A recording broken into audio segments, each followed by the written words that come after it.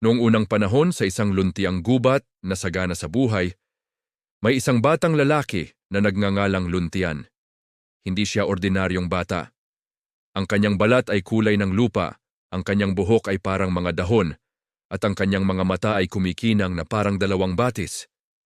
Lumaki si Luntian na ang mga hayop ang kanyang kalaro at ang mga puno ang kanyang tagapagtanggol. Tinawag siyang prinsipe ng gubat ng lahat ng nilalang doon. Isang araw, nabalot ng lungkot ang gubat. Ang ilog na dati malinaw ay naging maitim. Ang mga puno ay nagsimulang malanta at ang mga hayop ay nagkasakit. Nag-aalala, kinausap ni Luntian ang pinakamatandang puno sa gubat, si Lolo Balete. "Ano po ang nangyayari sa ating tahanan?" tanong ni Luntian. Sumagot ang matandang puno.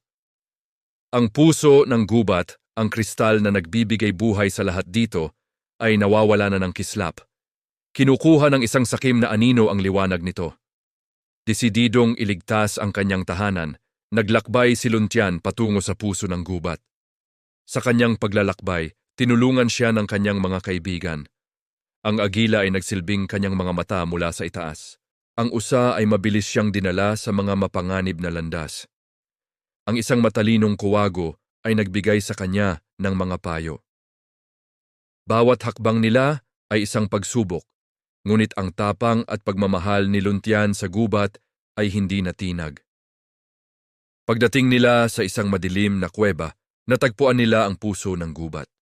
Ito ay nakakulong sa isang hawla ng mga itim na baging. Sa tabi nito ay isang nilalang na gawa sa usok at kasakiman. "Bakit mo ito ginagawa?" sigaw ni Luntian. Tumawa ang anino.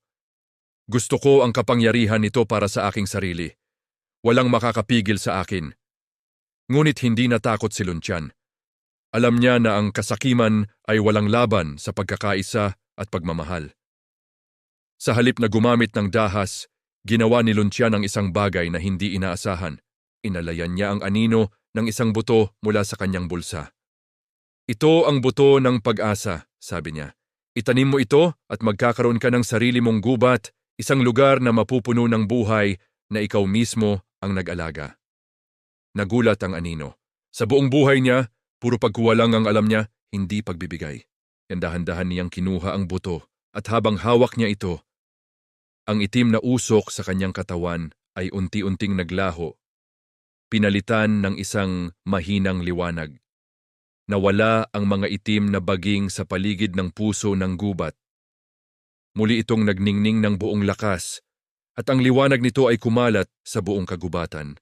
Ang ilog ay muling luminaw, ang mga puno ay yumabong at ang mga hayop ay gumaling. Nagdiwang ang buong gubat. Ang anino na ngayon ay isa ng maliit na espiritu ng hardinero ay yumuko kay Luntian at nangakong aalagaan ang buto ng pag-asa. Mula noon, mas naging masagana pa ang gubat. Natutunan ng lahat ang isang mahalagang aral mula sa kanilang prinsipe. Ang tunay na kapangyarihan ay hindi sa pagkuha, kundi sa pagbibigay at pag-aalaga. At si Luntian, ang prinsipe ng gubat, ay patuloy na namuno ng may kabaitan at pagmamahal. Tinitiyak na ang kanyang kaharian ay mananatiling isang paraiso para sa lahat ng henerasyon. Maraming salamat sa panonood. Kung nagustuhan niyo ang kwento ni Luntian, huwag kalimutang mag-subscribe para sa mas marami pang mga ganitong kwento. Hanggang sa muli,